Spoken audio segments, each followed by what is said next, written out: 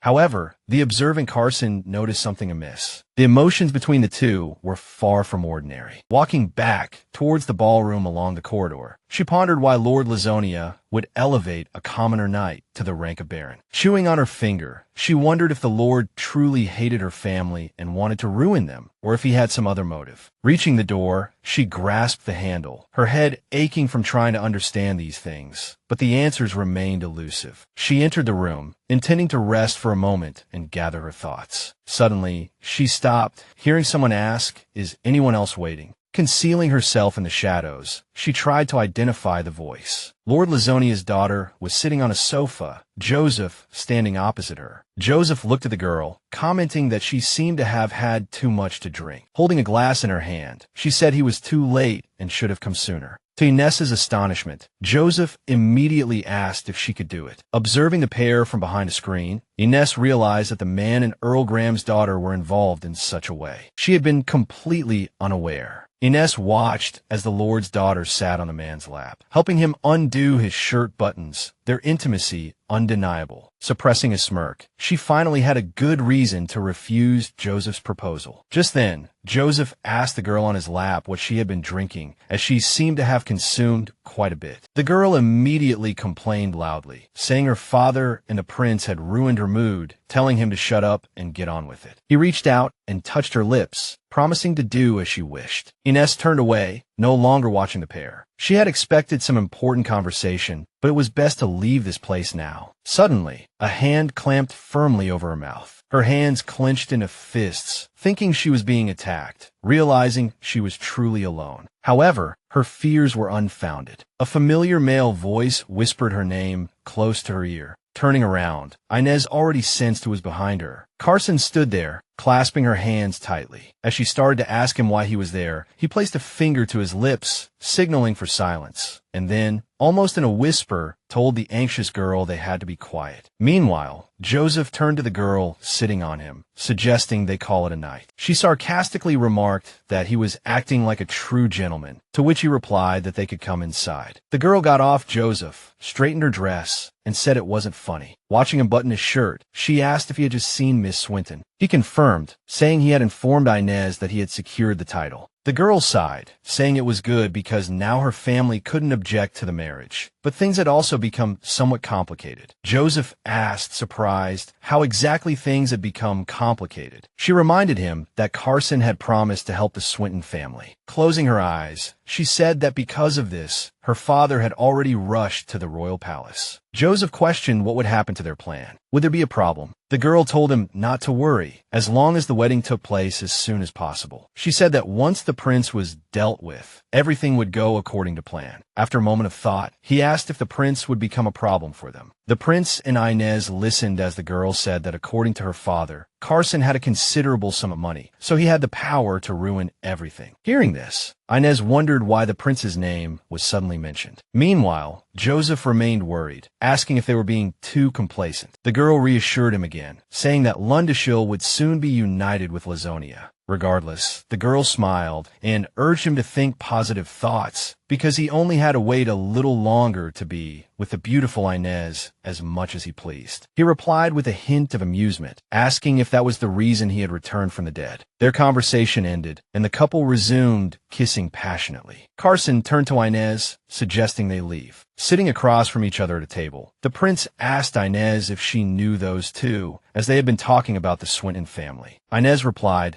that it was the first time she had seen the girl. Clutching the skirt on her lap, she confessed that the man was her fiancé. Noticing her nervousness, he asked if she was all right. Inez reassured him, saying she was fine and that she would take care of him soon. He looked at her intently, saying he had something to tell her. Hearing this, Lena confessed her shock, saying she had always heard that Inez had died in a fire. Carson explained that he had spread those rumors himself and that she and her son, Jason, were now living at his mansion. Inez finally understood the name Lena had been desperately calling out. He explained that Earl Graham had taken the boy hostage to silence Inez. Inez was overjoyed to learn that the child had been found. Suddenly, Carson noted with some confusion that Inez didn't seem too surprised by this news. He sighed, saying he didn't understand either, but Inez clearly knew about the Earl, and since she was helping him, she certainly wasn't on Graham's side. He then said he intended to keep Lena's existence a secret for the time being. Inez immediately and agitatedly questioned why, since Lena could be strong evidence of Graham's crimes against the royal family. He replied thoughtfully that it wasn't enough. He was after bigger fish. Inez didn't understand what he meant. Looking at her, he explained that he was referring to the person behind Graham, Her Majesty the Queen. Inez froze, stunned, her gaze vacant, never having imagined that the Queen herself was involved. Now she finally understood who Carson was targeting, and it was clear that things were more complicated than she had thought. Suddenly, there was a knock at the door, and Noah entered the room. Seeing the Lord present, and with Miss Swinton by his side, Noah apologized for interrupting, but pointed out that the star of the evening had been away for too long. Carson, too, was surprised that so much time had passed. Noah cleared his throat and told the Lord that he should hurry and open the ball with the first dance. Carson rose, saying there was no helping it. He had to go. Then, to Inez's surprise, he suggested they go together. Carson confidently extended his hand, waiting for her to accept with a smile. He placed his hand on his chest, requesting her company. Inez, entranced, placed her hand in his, while the prince asked ingratiatingly if she would do him the honor. He had the honor of inviting her for the first dance. The man bowed, bringing her hand to his lips, leaving a burning kiss. Inez watched him intently, a mysterious glint in her eyes. He then gently urged her arm through his, telling her she could hold on tighter if she wished. Flustered, the girl couldn't speak. Pleased with her reaction, the man smiled and invited her to walk with him. However, he stopped after a single step, remembering Noah's important task for the day. Carson announced to the attentively listening man that there had been a mistake in the list he'd given him earlier. With a sly smile, he instructed his aide to make sure the Swindon family was added. Noah was taken aback, completely unaware of what the prince was talking about, but he quickly recalled the list of potential brides he had given to him. The man took out his notebook, quickly jotting down the information, and confirmed he would take care of it. Watching the couple leave the room, he thought to himself that the prince might find the lady of the manor sooner than expected. Walking down the hallway back to the ballroom, both were lost in their own thoughts. It was the girl who broke the silence, asking if everyone was watching them. The man turned to her, smiling, and asked if she was nervous, as he'd always found her so composed. The girl, not looking at him, explained that it was her first time at such a grand ball, and she felt a little out of place. Suppressing a chuckle, the man cleared his throat and told her she was unexpectedly adorable. Looking at him, the girl asked, perplexed, if he was joking, explaining that she rarely attended balls and had only ever danced with her father. She then surprised the prince by revealing that he was her first dance partner. Carson looked away nervously rubbing the back of his neck. Hearing such a thing felt unusual. Unaware of his reaction, the girl mentioned that she was already 20, and this was practically her first time dancing at a banquet, which she clearly thought was strange in his eyes. Smiling, the girl reminisced about her debut at 16, like other girls, where she danced with her father. With a small smile, she confessed she hadn't attended such events since then, because of her fondness for Joseph. The man watched as the girl continued to share her memories, recounting her thoughts at 16 about wanting to be a commoner's wife. Hearing this, Carson thought to himself that having a crush on someone for 4 years wasn't easy to forget. The man stopped, asking why she changed her mind and decided to attend the ball. Before she could answer, they entered the main hall, where everyone was watching the prince, exclaiming that he had finally arrived. The young ladies whispered amongst themselves, wondering who the girl with the prince was. Standing on the balcony, the pair were the focus of all the guests. The man turned to the girl, mentioning they hadn't had a chance to talk properly, and suggested they continue their conversation another time. She agreed, and looking down at the gathered guests, she suddenly froze, noticing something peculiar.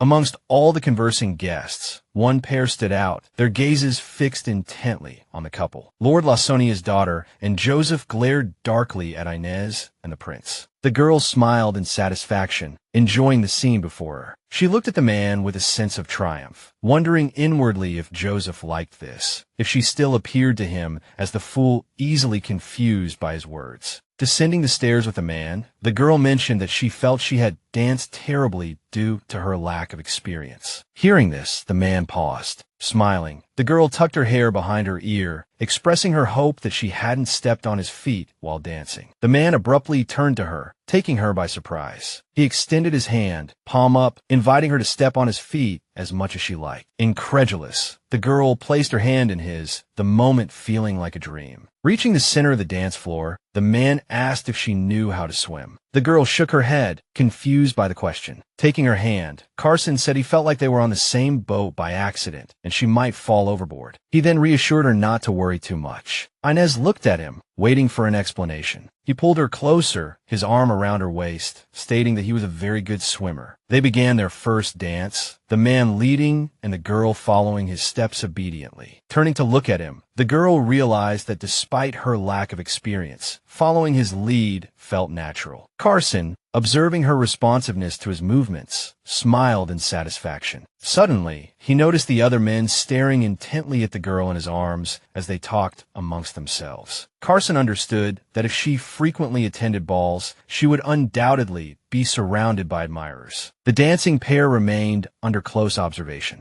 Joseph watched the girl's every move with a gloomy expression, clearly struggling to contain himself, but the dancing couple remained oblivious. Carson asked the girl if everything would truly be all right. The girl looked up and asked the man what he meant. The prince explained that 4 years was a long time, then asked Inez if she loved the man. The girl, surprised, started to ask the man again, but just then the music ended and they had to stop. They thanked each other and bowed. The girl answered the man's question with a no. Smiling, the girl added that she didn't love Joseph at all now. Hearing this answer, the man smiled with satisfaction. Carson turned to the musicians and requested they play him to Victory Next. The musicians immediately began to play, and the man extended his hand to the girl, saying that what she needed today was support, not comfort. Whirling around the dance floor, the girl felt the world's malice and contempt directed at her, but he, just like back then, had saved her. After the ball, back in his office, the man remarked that the evening had gone more smoothly than he'd anticipated, then turned to Noah. His aide immediately looked up at him, ready to take note. Carson said there was something he needed.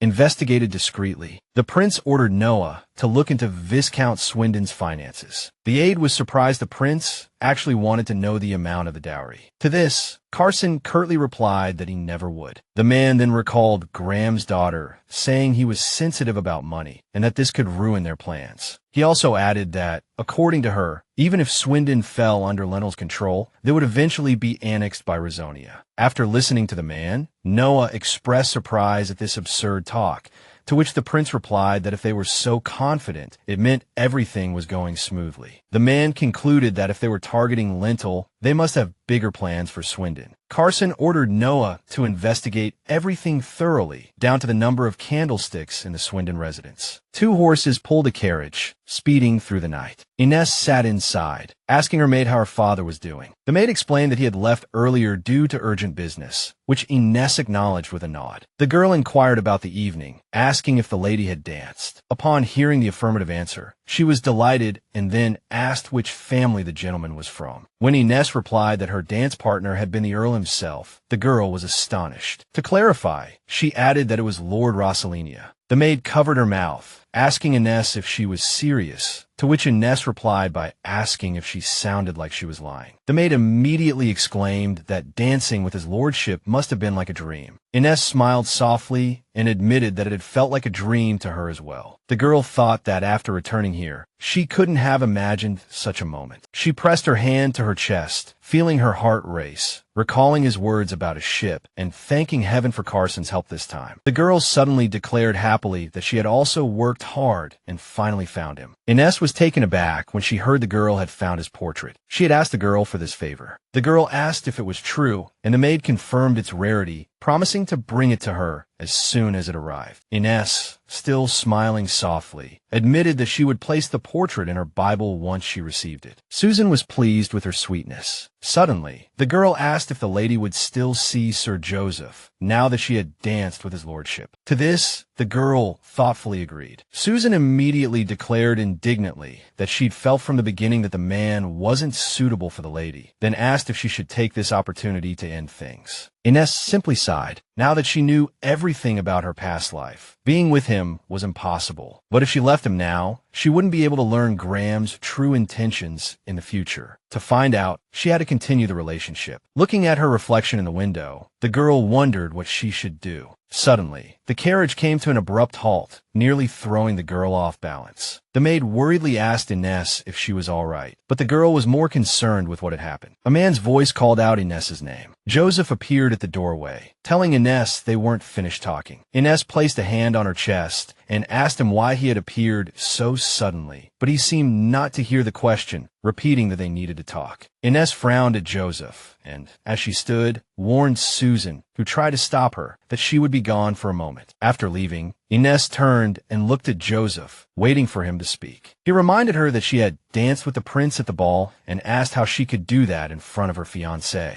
Ines replied with some displeasure that she couldn't do anything about it in that situation. Joseph pressed her again, as she began to explain that His Highness had invited her to dance as thanks for saving his sister. Looking at the angered Joseph, Ines asked how she could refuse a request from His Highness, especially the prince. Joseph sharply exclaimed that Carson's gaze was inappropriate when he danced with her. Ines sighed and closed her eyes, reminding him that even if he was angry, he shouldn't speak about His Highness that way. Joseph growled angrily at her words. Then, with all his might, he slammed his fist against the carriage wall, and before even removing his hand, asked her if it mattered. Ines raised her hand to calm him, saying that His Highness's gaze, or whatever else he was imagining, was just that, his imagination. She placed her hand on his fist and asked where the problem was if her feelings for him hadn't changed. Joseph gripped Ines's hand and said that if that were true, he wanted proof. Ines, feeling pain in his grip, asked how exactly he wanted her to prove her love. He demanded a kiss as a promise, so that the goddess of water could witness their love. Upon hearing this request, Ines laughed merrily. Then, she forcefully pulled her hand from his grasp and asked, with a somewhat crazed expression, if that was Joseph's idea of a test. Joseph, not expecting such a reaction, stammered, trying to retort. Ines stepped closer to him, reminding him that she was still his master and he was obligated to protect her reputation and honor. Pointing a finger at him, she said that he, however, had appeared in the middle of the road and demanded a kiss as proof of her love. Joseph immediately panicked, saying that wasn't true. Joseph bowed his head to Ines and begged for forgiveness, saying without looking up that he had been too emotional and made a mistake, and now pleaded for her pardon. Ines looked down at him and said that since he recognized his mistake this time, she would forgive him, but hoped he wouldn't disappoint her again. Joseph agreed with her decision, promising to remember. Ines walked around him and towards the carriage. Joseph noticed that Ines had dropped something and picked up her fallen handkerchief. He called out to her. Ines looked at him and said it was dirty and could be thrown away. She told the coachman to depart, not hearing Joseph say that he had given her that handkerchief. Ines watched as Joseph held the handkerchief, carefully cradling the item she had discarded. She smiled, finding it amusing. Noah handed Carson the documents, stating that these were the materials he had previously mentioned regarding the Svenden family's assets. The aide said that, as far as he knew, the family had a large wool production business and a stable income. He noticed Carson looking over the documents and added that overall, the family was on the same level as other common Viscount families. He raised his hands, mentioning the mountain range that served as a conditional border between Rissonia and Svenden belonged to the latter. Carson smiled as he looked at this information. Then, with a triumphant grin, he declared that he had finally found what Graham coveted. Carson asked his aide if the Svenden family would be attending the hunting festival. Hearing an affirmative reply, he said cheerfully that he would go and ask personally. Finally, the day of the hunting festival arrived. After the ball, Ines's father had been very busy as he had to handle many important matters regarding Lindhill's ownership. Ines was glad, as this allowed her to attend the festival in her father's place. She looked around, trying to locate the Svendens. As Ines glanced about, someone called her name. Louisiana was standing behind Ines, flanked by 2 guards. Ines curtsied, greeting the princess. The princess ran towards Ines. Louisiana smiled and told Ines it had been a while. Ines nodded in return and asked how she had been. Louisiana admitted that her brother had told her Ines would be at the hunting festival, so she came as well. Just then, another person suddenly appeared beside the girl. The person called out the girl's name, and Ines curtsied again, this time to Carson. He smiled and placed a hand on her back, saying that they had also arrived. The girl turned around and cried out happily, "Brother." Carson then turned to Ines and asked if Viscount Swinton had arrived. Ines replied that her father had sent her apologies, as he was still at the manor dealing with matters related to Lundshear. Thinking it best not to inquire about the mountains, he simply expressed his regrets. Just then, Louise took Ines's hand and invited her to their tent. Pointing to a nearby tent, Carson remarked that Louise seemed eager for company and asked Ines if she would like to join them. Holding Louise's hand, Ines followed them over. Inside the tent, sitting at the table, Carson said there was still time before the horn sounded and they could rest for a bit. Ines sat down, enjoying the warm, gentle sunlight. A gentle breeze occasionally brushed past her. The most important people to her were right beside her. Ines closed her eyes. Everything felt so peaceful, almost unreal. This tranquil scene was broken when a woman appeared at the tent entrance, saying she knew Carson would be there. Carson greeted the woman, saying it had been a while and apologizing for not being able to attend the last banquet. The Countess said she had come to introduce a member of her family to him. Hearing a male voice greet Carson, Ines froze in terror. A man appeared at the entrance, hand on his chest, introducing himself as Jamron Winston and announcing his recent bestowal of a baronetcy. As he approached, terrible memories flooded back. Could this really be Jamron? The jovial man told Carson he had been eager to meet him. The Countess laughed, saying he had been pestering her relentlessly to meet His Highness. The man bashfully asked her not to say such things. Ines shrank back in her chair, listening as the Countess went on about how sincere and pure Jamron was, worrying about how he would survive in this cruel world. Mid-conversation, a loud crash echoed as the chair Ines was sitting in toppled over. She abruptly stood, fists clenched in anger, her mind screaming, "Why is he here?" As if pulled back into the past, she yanked at her hair, head thrown back. The man cheerfully asked if she knew that the more she resisted, the more excited he became. Seeing her distraught state, Carson called out to her, but she couldn't hear him. She was lost in the memory of finally escaping this man. Another memory struck Ines. He pressed his palm against her cheek, sincerely promising to follow her even to hell, saying she could never escape. And now, here he was, standing before her, looking at her with a worried expression. Past and present seemed to overlap, intensifying her fear. She remained silent, her eyes desperately pleading for help. As if hearing her silent cry, someone approached. Carson stood, completely shielding her from the others, his back to them. He turned to the Countess and Jamron, saying this was not the appropriate time for introductions. He ordered the Countess to take the man and leave the tent at once. The woman stammered and ushered the man towards the exit. Carson turned to Noah, instructing him to look after Louise for the time being, while he attended to Miss Swinton. Inez sat on the bed, hand pressed to her chest, struggling to breathe. She tried to calm herself, reminding herself that this Jamarin didn't know her, and therefore, she had no reason to be afraid. Carson sat before her, placing a hand on her shoulder, asking if she could hear him. But she seemed not to hear, tugging at her collar, murmuring about breathing. He asked if she was having difficulty breathing. Apologizing for his abruptness, he removed the constricting garment and tossed it aside. Inez gradually calmed down, thanking him and saying she was all right now. Leaning against the bed, he disagreed, pointing out that she was still trembling. He started to suggest calling a physician, but she grabbed his hand, stopping him. Terrified, Inez pleaded with Carson not to leave her. She didn't want to be alone. She lowered her head, consumed by sadness and fear that Jamarin would come looking for her. Suddenly aware of her action, she released his hand. Logically, she knew Jamarin couldn't do anything to her, but her body refused to listen. Still trembling, she knew she had to find out why this man was here. Carson handed a glass of water to the bewildered Inez. He told her to calm down and take a drink. She started to thank him, but he suddenly turned away shyly. Trying not to look down, he told her she didn't understand and that she should adjust her clothing. Realizing what he meant, Inez blushed, covering her chest with her hands. She apologized for not noticing. Carson reassured her while reminding himself to turn around. As Inez got out of bed, she began to say something about her coat, but before she could finish, she stumbled backward. As she fell, her hand knocked over Carson's glass, spilling the water. He rushed forward, calling her name, and tried to catch her. The next moment,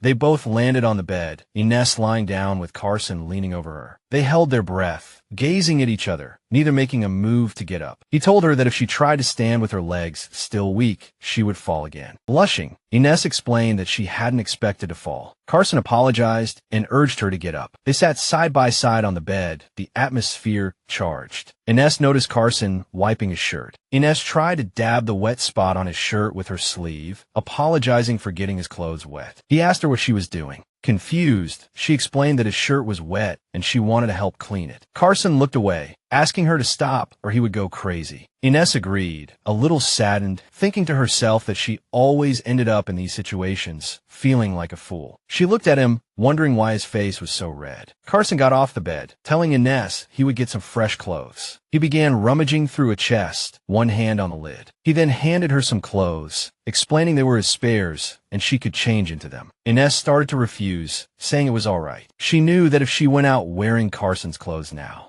it would surely cause a commotion. She didn't want to cause any more trouble. Carson approached her and asked if she was planning to leave the tent today. She replied no, saying that just wearing a coat would be fine. Carson explained that the torn seams would still be uncomfortable and continued to offer her the clothes. He urged her, then turned away so she could change more comfortably. Inez quickly changed into Carson's black shirt and announced she was ready. Looking at her thoughtfully, Carson said that while he knew it was too big, he could adjust it a bit. He took her hand, ignoring her slight resistance, and said he wanted to help her fix it. Smiling, he said that Inez always worried him. As he adjusted her clothing, he asked her to listen. He explained that he would be leaving soon and that a horn would sound. After she heard the horn, she should count to 200, then leave. Seeing her confusion, he added that by then, all the men would have gone hunting. He smiled, saying that way no one would stare at her. He left the tent, telling Inez to wait there for a while, leaving her sitting on the bed. Soon, Inez heard the loud sound of the horn, signaling the men's departure for the hunt. However, she immediately remembered that Jamarian hadn't been wearing hunting attire, meaning he hadn't left with the others. As she counted, she thought she might see him again. After waiting, she left the tent. Hearing her name, Inez turned. Louis looked at her with concern. Louis smiled and crouched down in front of Inez. Inez commented that Louis seemed scared, but Louis disagreed, saying she was just worried about Inez's well-being. Inez smiled and thanked her for her concern, saying she was fine. She stood up, took Louis's hand, and invited her to see the rabbits. They walked together to a clearing where white rabbits hopped playfully. Looking around, Inez noticed more girls than she expected were wearing dresses. Suddenly, she froze, spotting a familiar figure across the clearing. A girl sat holding a rabbit. Inez couldn't be sure if it was Charlotte. She remembered a gentle voice waking her, calling her name.